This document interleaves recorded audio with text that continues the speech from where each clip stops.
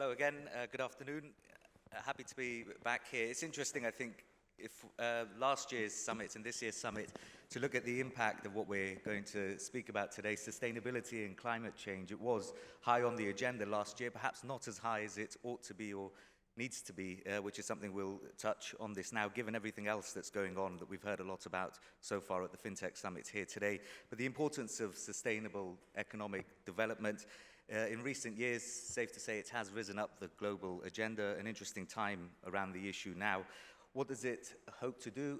Essentially to ensure that economic growth and development doesn't negatively harm the environment or natural resources, thereby contributing to global efforts to tackle climate change. But this is a strange time we're seeing around the world with the uncertainty impacting global supply chains, as well as the global trading system being impacted and markets in unprecedented ways.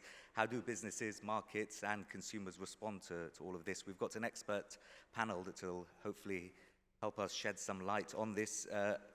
I'll start with the Group CEO of Mashreq, a recognizable name for many in this part of the world. Ahmed, let's start with corporate initiatives. What can businesses do? What is the likes of Mashreq doing to try and drive broader economic change towards the sustainable and climate-friendly goals?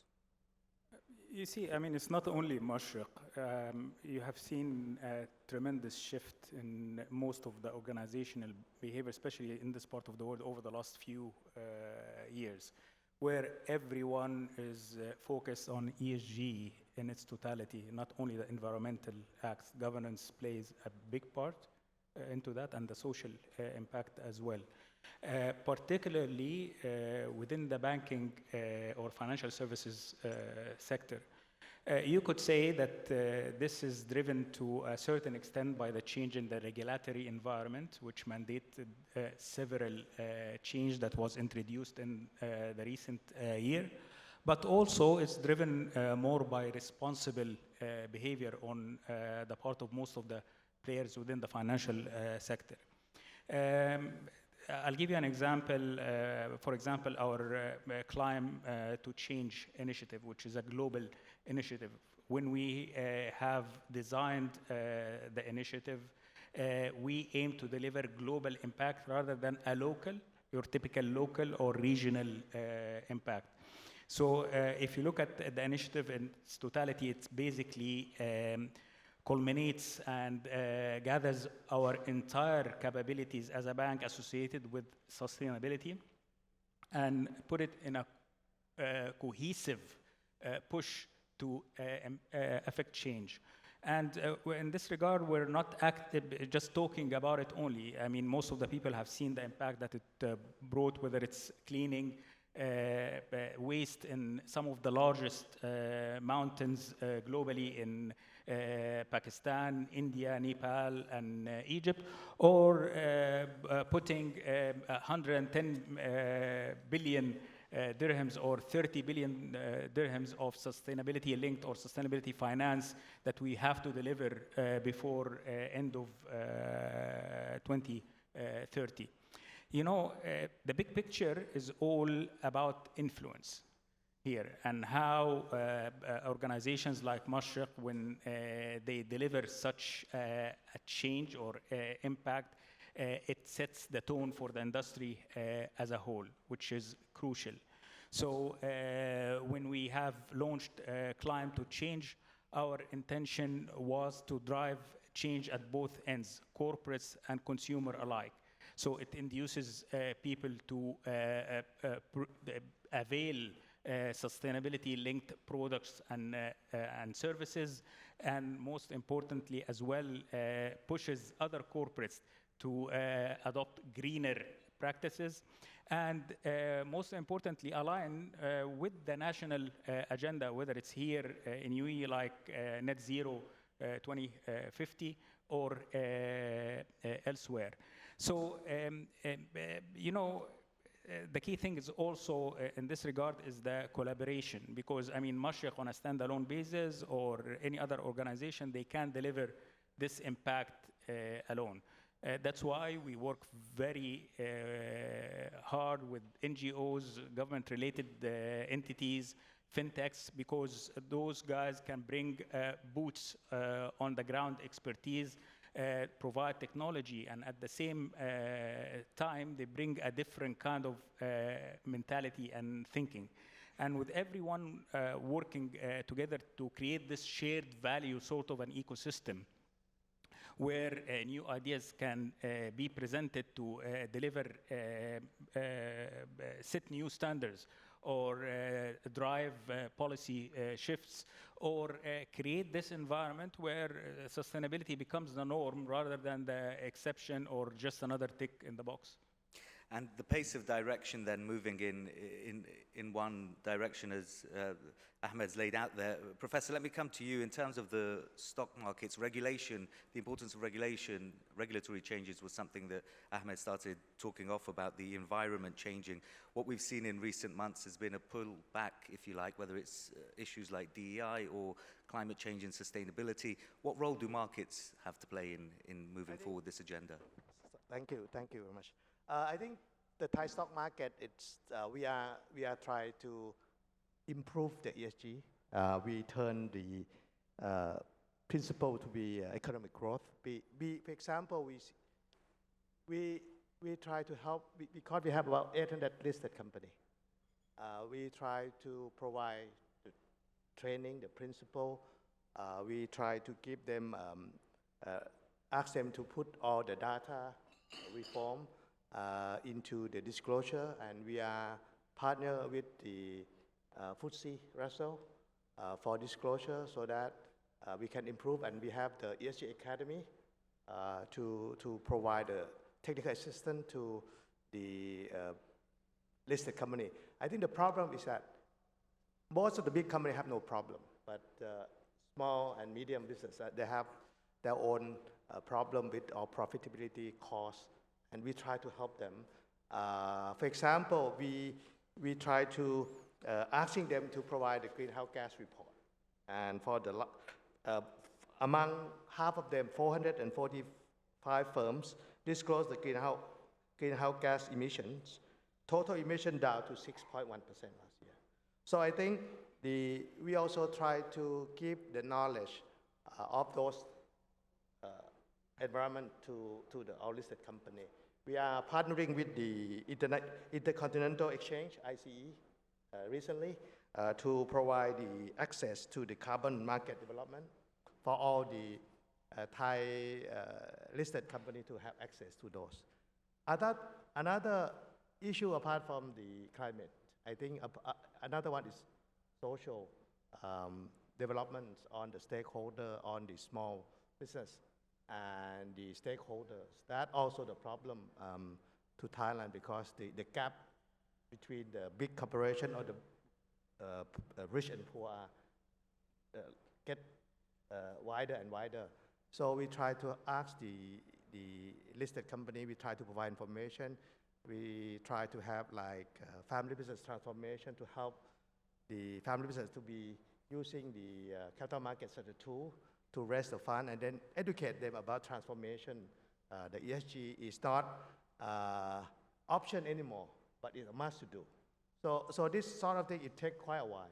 And if you ask me about the impact on the US policy on climate, I think the big corporations still continue to do it, because we think that only temporary. Maybe another 4 years, it will change back to the normal term.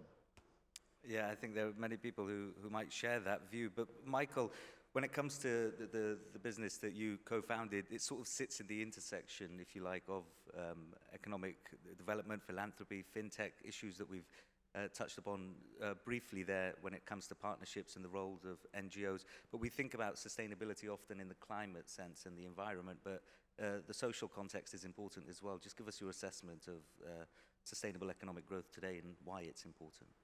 Yeah, I think it's exactly right. I think a lot of the conversation about sustainability has been focused on the environment, but it's not just the environment. I think sustainability is not foreclosing tomorrow's options for the sake of today. It's not destroying the future for the sake of the present. The climate is a key part of that, but it's not the only part. Public health, institutions, AI safety, And the list really goes on for sustainability. I think one critical part, and where I've specifically focused, is on inclusive growth, which is if you want a cohesive society, you need to think about growth not just for the top, but for everybody. And if you want everyone to partake in that growth, you need to be talking about financial inclusion. People need to be part of the digital financial sector if they're going to benefit from the growth that we're seeing. That's where Give Directly and TapTap have focused. I think TapTap has been founded in the Sustainable Development Goals. So the Sustainable Development Goals, which were set forth by the 190 countries in the United Nations, have a goal to reduce global inequality. One of the metrics under that goal is to reduce the price of cross-border transfers under 3%. That was at the core of founding TapTap Send and making sure we bring the price of cross-border transfers and remittances down. But it's not just about price. I think it's also about accessibility, because you think about, well, where is the money going normally? And it is the informal sector. It's Hawala, it's the black market, it's places that you really don't want people to be using. It's opaque for the government, you can't see it. There's lots of problems with the informal sector. So how do you get people to go from informal to formal? And I think the key to that is meeting people where they are. You need to reach them where they are. For us, that means putting the app in local languages, whether it's Vietnamese, Bengali, Arabic. It's offering customer service in those languages. It's designing a product that is sufficiently simple that can be used by folks that may not have used the formal financial sector before, that may be intimidated by banks. Like, that's where we're targeting. And the remittance market globally is sizable, around $500 billion moved in the overall international market. How specifically is financial inclusion or the move to fintech helping long-term development? Yeah, the number that you quoted is amazing. So 500, 600, 700 billion is the formal sector alone. The World Bank estimate is that another 700 billion or so will go informally. Remittance is so common and popular. To bring people into the digital financial sector through the remittance channel brings them in. It moves towards a cashless economy, which is a goal in the UAE and many other countries right now, and allows them to start accessing other services, whether it be savings from a bank, lending from a bank, and so on and so forth. And Ahmed, just to pick up on the issue of financial inclusion and what we've been discussing around the change, if you like, from businesses, one thing that people, I mean, you'll know this better than most as a bank, what they look for is financial returns and whether it makes financial sense. Does this drive towards economic sustainability offer the sorts of bottom line financial sense that businesses are looking for, in addition to what you've mentioned about the other pressures from regulatory or consumer behavior? No, absolutely. I mean, you look at it, if you want to deliver impact, it's about what does it mean for me as an end consumer? Is it going to impact my life? Is it going to impact the way that I do things or not? And evidently, we have found that most of our consumers are more responsive when we show them such signs, especially when it comes to the financial inclusion part and that we were just discussing. And actually, this is a topic that I love speaking about, especially in the context of digitizing the banking services and what kind of an impact it would bring into the play. And I could think of two major impacts in this regard. One of them is the financial inclusion, and the other one is environmental.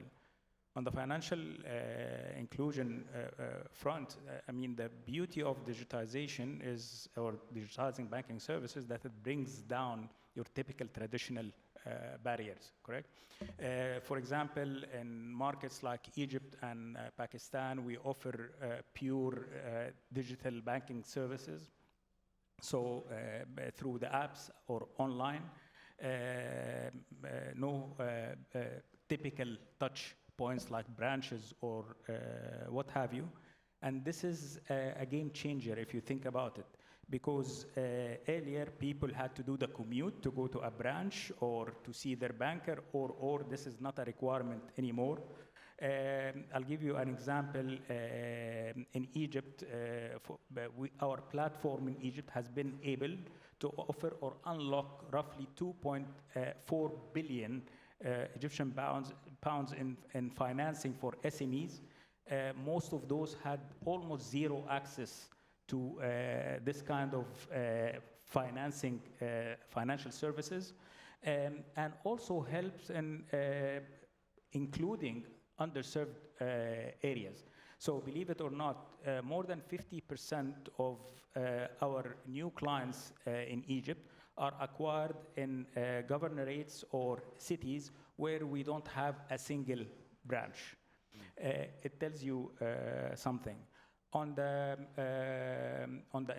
environmental front, it's very simple as well. I mean, every time a client uses a digital platform, it means less emission. They're not going to go to a branch. They're not going to ride their cars. They're not going to use public transportation, less paper. And these things add up. If you look at the scale that we are talking about. Also, it drives corporates to work with NGOs and local society corporates who are interested in driving the environmental agenda. So our work with Ecolatics, for example, which is a fintech that develops a software to basically calculate your carbon footprint. And how did we manage to embed that in our end-to-end client experience on the app? So right now, when you are using our app, you can actually track your own carbon footprint resulting from your spending habits. And this is very important because it's nudges the behaviors in the right direction. Every time I'm opening the app, I can see whether my flight tickets had an impact on my carbon footprint or not. Yeah. These kind of technologies and solutions also help inducing the consumer behavior into the right direction. So it's sum of all parts, whether it has an impact from a financial inclusion point of view or environmental at the same time. And we will delve into the technological aspects later on, because I'm keen to get a sense of what sort of impact all this change is having on the environment, particularly the drive towards AI and increased fintech. But I'm just going to stick on markets for a second. Professor, if I can come to you, this part of the world at the moment, whether that's the Dubai, the UAE, or the Gulf region, plenty of interest when it comes to capital markets. It also has an opportunity, if you think of the clean energy transition, this convergence, if you like, of both issues. From your experience, what practical steps do you think capital markets can take to try and ensure that what comes onto the stock markets helps drive sustainable development? I think maybe I talked in two parts. I think on the capital market, I think we try to use the AI, not AI per se, but digital platform to help, apart from, as I mentioned to you about all those environment. I happen to be the chairman of the bank for microfinance and nano finance, and we can't use all digital because we have to use human, especially when they have non-performing loan. You can't use AI to follow. So you need a number of people, human touch, to see what happened to you and so on and so forth. So our NPL improving because of the human touch. We didn't apply for digital banking, the whole digital banking. So that's one thing that you can see, that you can combine technology with human, but with less human. The second one is in the capital market again. I try to be on the financial inclusion about, I think in Thailand, most of the people have problem with financial literacy, all the scamming and everything. And we as a bank, and I try to combine the collaboration from other listed company that you have your own CG board, ESG board, said you can't do it alone. You have to do it together. For example, I sitting in the one board member about packaging. You can helping the retail how to package and to reduce the packaging.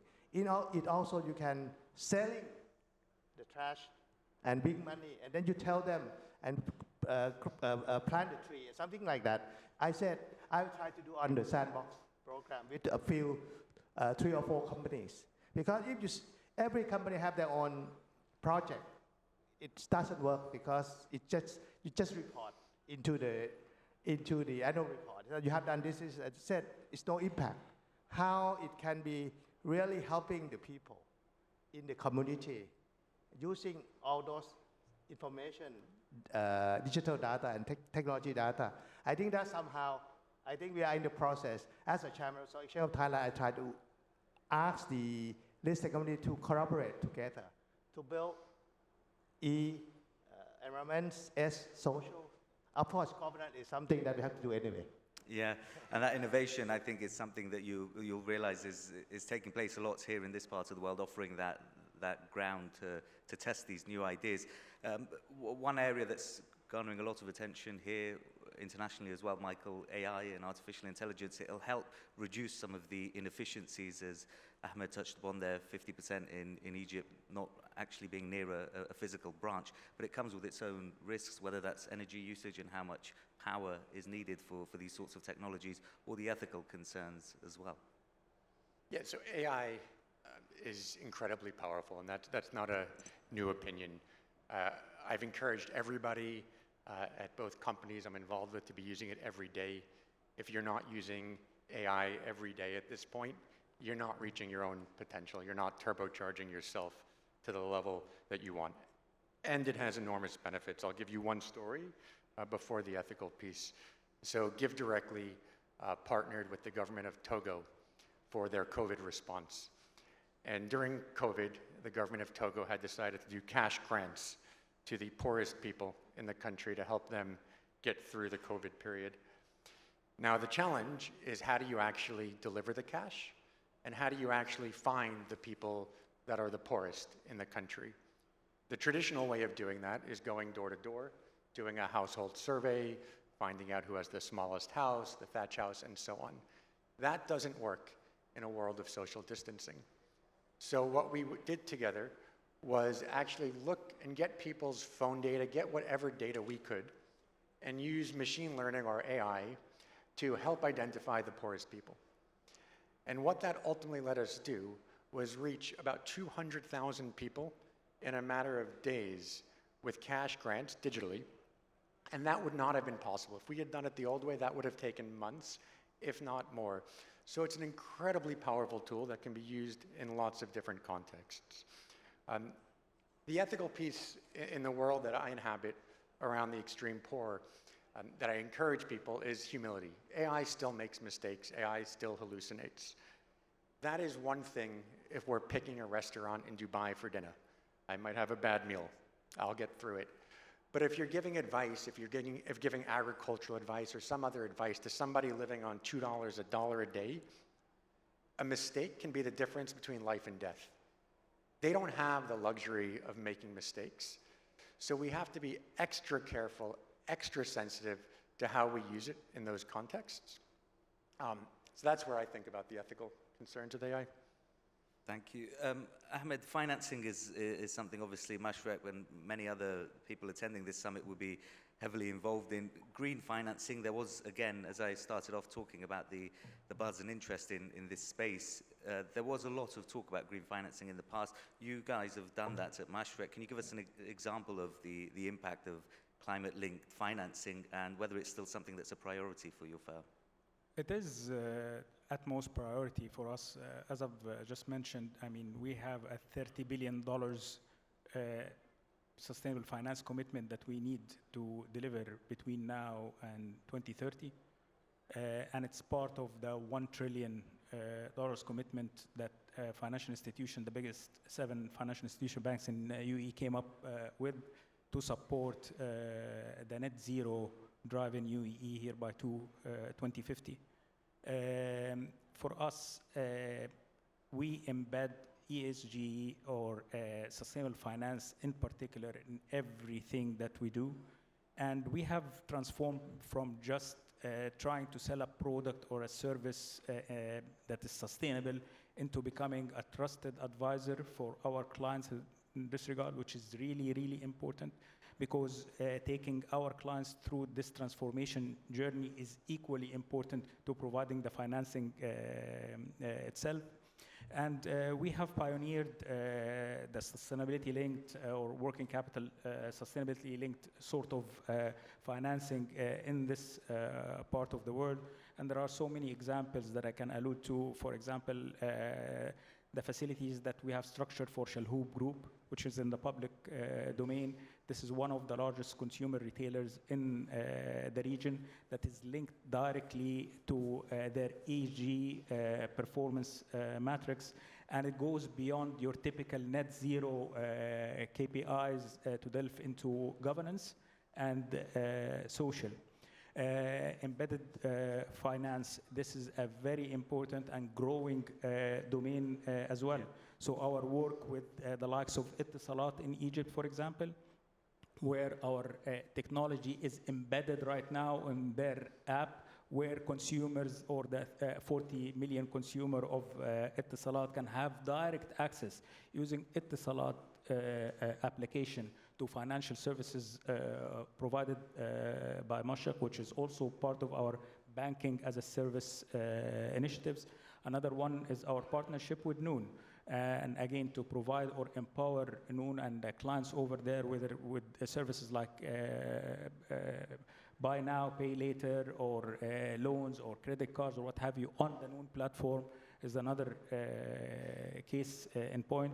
I've just alluded to financial inclusion, which is critical part of any financial services, especially when it comes to ESG, the drive on, especially on the social front.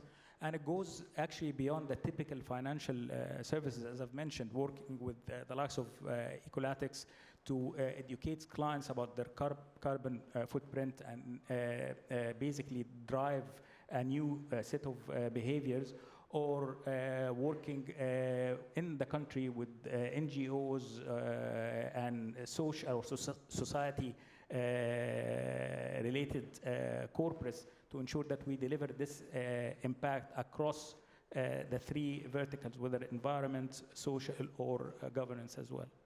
Thank you. Professor, family offices, you touched on it earlier, family wealth, and in this part of the world, in Thailand, all across Asia, family offices play a big role in driving forward economies.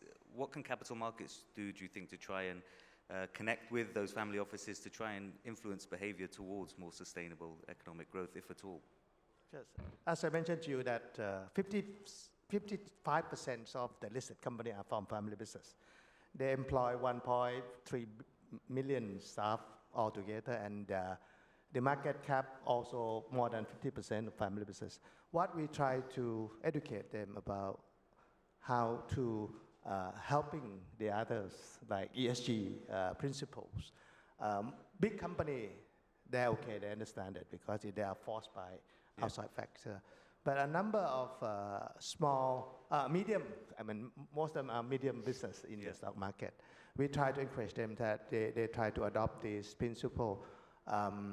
And we try, for example, what we try, another one is that Stock Exchange of Thailand set up what we call social enterprise. We will be like a forefront to coordinate all those, mainly on social, to upgrade all these living status of the people, communities, and so on and so forth, to be like a forefront, to ask them to put together the collaboration is number one. Number two is that the social inclusiveness that we will try to create, like thinking about set up the platform to help NGO, foundation, philanthropy, which a small one, we have no money to develop their own infrastructure, accounting, and so on and so forth. So we will try to do that for them and provide the support to them to the either both environmental, social, education, and so on and so forth. So that's something that Stock Exchange tried to be a pioneer, leading on that project, because we have, that's why I always mention that this type of work, you cannot do it alone. You have to collaborate, form the all team. So we try to set a sample for it. So once we do it, we believe that once all the listed company understand this, to reduce all those gap. And especially, for example, we have the household debt so much. And the financial literacy is something important. As a banker, we lend the money and they don't know how to use their money. That's its fault. So that's how we try to work. I think the ESG principles are to continue to go, to come, and then I think the stock exchange will try to support that. Thank you. Michael, just to gain a sense from your perspective, TapTap Send, obviously there are developed economies, emerging markets, and developing economies across that supply chain or impact chain that you work across. What do you see as any structural barriers in today's world in trying to move towards more sustainable development? Yeah, I think as we look globally, the key to sustainable development is the freedom to think about the future. And if you are so focused on today's survival of getting through today, you don't have the luxury to think too far in the future. And I think the reality is, whether it's people we touch, individuals in some of the emerging market, living under $2 a day, whether it's some countries seeing big debt payments coming due, not every individual and not every country has that luxury to think that far in the future. And yet, when we don't think about sustainability, it affects us all. Environment touches us all. Global health, if a virus, as we saw with COVID, goes global, it affects us all. So I think as a global community, we need to think about where we can step up and recognize that not everybody has that luxury. And I think if you look at the countries that have done an incredible job, and we're sitting in one, to have a plan till 2071, to have a net zero goal for 2050, and so on, is incredible. But that is what sustainability is about. It's about the ability to look and plan far in the future. Ahmed, if I could ask a final question to you on the importance of individuals and consumers. Obviously, consumer banking is a big focus of what Mashreq does here in the UAE, at least. What can businesses, corporations like yours do to try and influence consumer behavior towards more sustainability? We are trying to influence consumer behavior across the board, whether it's at the corporate level, which include large cap and mid cap and SMEs, or at the retail or the individual level.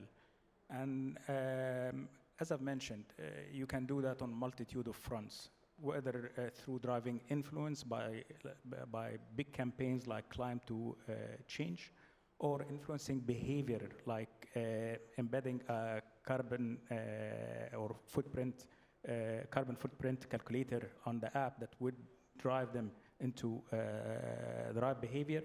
But most importantly as well, introducing ease of access that would help them contribute to the cause. So for example, issuing credit cards that are 100% recycled plastic, and delivering messages around that makes people think. Allowing them to contribute directly through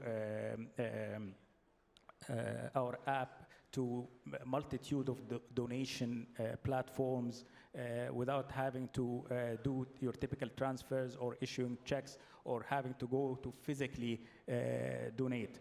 Participate on community. So I mean, Climb to Change, it wasn't restricted only to local societies. We invited our staff and our clients to take part into that. At the same time, it's moving to become a true partner in terms of educating our clients on what's coming their way. So for example, working with our clients to educate them about the new federal decree coming up around climate change here in UAE, which will take effect this year. This is very, very important. Also, acquainting clients why it is important, not only for them, but also for the new generation. So we have, as you might be aware, a proposition that's called Neo Next, which is basically about financial literature and opening accounts for kids from the age of 12 to 18. And we use these platforms to pass education at an early front. Working with large corporates as well. I mean, you have seen our mega sustainable financing that we have done for James Education. last year, $3.2 billion of sustainability-linked financing, and it had to deliver impact on two fronts. First, environmental, and second, social. And the KPIs around the transaction were set around that. So on the environmental, it induces GEMS education to use more renewable energy across their entire operations, whether it's in the schools itself, in energy saving, or in their transportation. And they have, as you are aware, the largest transportation fleet in the country. On the social front as well, the KPIs were set around pushing a teacher to get certified in climate or environmental related programs that is delivered by the UN, and passing this knowledge to the kids to create environmentally literate students, which is very, very important. At the same time, it's about delivering inclusion in terms of clear KPIs that entertain diversity and inclusion, whether it's at the educators or the tutors level, or at the students as well. And these kind of initiatives that touches corporates, whether they are large or mid-cap, and I've talked about SMEs and what we have provided for them in Egypt, touches the entire community on multitude of fronts as well. Thank you. Professor, I just wanted to get a sense of the importance of this region for Thailand. There is, as we've been hearing, a vacuum of sorts left by the United States in its decisions when it comes to climate leadership. Do you think that's an opportunity for regions like the Middle East and ASEAN, Southeast Asia nations to take more of a role in this? And what are you doing specifically to try and build those links between Thailand Stock Exchange and relevant partners here? Yeah, I think that's a good news, hopefully. I think most of the Thai company are now, I think, try to find some alternative for those 90-day pause. I think we have a lot of opportunity to do something with the Middle East. Now, I think another market that Thailand can do. Thailand still, as you know, that's still open for the investment. Go to Thailand, we have a lot of incentives and so on and so forth. I think not many Middle East investors come to Thailand, and Thailand is quite a very opportunity country that we hopefully that we can open more. And with this structure, I think somehow it can work together with Thailand and the Middle East countries. Thank you. And Michael, a final word. We've got a couple of minutes, so in about 90 seconds, if you can, please. Just to bring this full circle, there will be lots of businesses, boards thinking about whether or not they should be prioritizing sustainability, or at least giving it as much interest as they did 12 months ago, even 6 months ago. Why should they? I think there's a social obligation, but it's also good business to think far in the future. And I always thought the word sustainability sold it a bit short. Sustainability suggests we're just sustaining, we're just getting through tomorrow. Like, why not put the investments in place at a company to grow tomorrow, to amplify, to accelerate, both at a company level, but also socially? And I think it's an imperative, it's not an option. Thank you very much, and thank you to all three of my panelists, Ahmed, Abdelaal, the Group CEO of Mashreq, Michael Faye, the co-founder, Group CEO of TapTap Send, and Professor Kitipong Urapeepatanapong, Chairman of the Stock Exchange of Thailand. Thank you. Thank you.